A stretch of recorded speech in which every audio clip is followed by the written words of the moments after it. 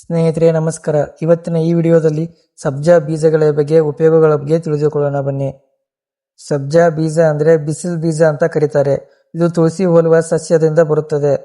ನೀರಿನಲ್ಲಿ ನೆನೆಸಿದ್ರೆ ಇದು ಜಲ್ ತರ ಬದಲಾಗುತ್ತದೆ. ಬಿಸಿಲಿನ ಸಮಯದಲ್ಲಿ ದೇಹ ಬಿಸಿಯಾದಾಗ ಸಬ್ಜಾ ಬೀಜ ದೇಹಕ್ಕೆ ತಂಪು ಕೊಡುತ್ತದೆ ಮತ್ತು ಡಿಹೈಡ್ರೇಷನ್ ತಪ್ಪಿಸಲು ಸಹಾಯ ಮಾಡುತ್ತದೆ. ಈ ಸಬ್ಜಾ ಬೀಜವು ಜೀರ್ಣಕ್ರಿಯೆಗೆ ತುಂಬಾ ಒಳ್ಳೆಯದು. ಇದು ಡೈಜೆಷನ್ಗೆ ಕೂಡ ಹೆಲ್ಪ್ ಆಗುತ್ತೆ. ಗ್ಯಾಸ್, ಅಸಿಡಿಟಿ ಅಂತ ಸಮಸ್ಯೆಗಳು ಕಡಿಮೆ ಮಾಡುತ್ತದೆ.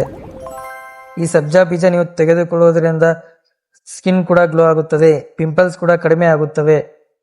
ಈ ಸಬ್ಜಾ ಬೀಜವು ರಕ್ತದಲ್ಲಿನ ಶುಗರ್ ಲೆವೆಲ್ ಕೂಡ ಕಂಟ್ರೋಲ್ ಮಾಡುತ್ತದೆ. ಆದರೆ ಡಯಾಬಿಟಿಸ್ ಇರುವವರು ಡಾಕ್ಟರ್ ಸಲಹೆ ಇಲ್ಲದೆ ತೆಗೆದುಕೊಳ್ಳಬೇಡಿ. 1 ಸ್ಪೂನ್ ಸಬ್ಜಾ ಬೀಜ ತೆಗೆದುಕೊಳ್ಳಿ. 15 ನಿಮಿಷಗಳ ನೀರಿನಲ್ಲಿ ನೆನೆಸಿಡಿ.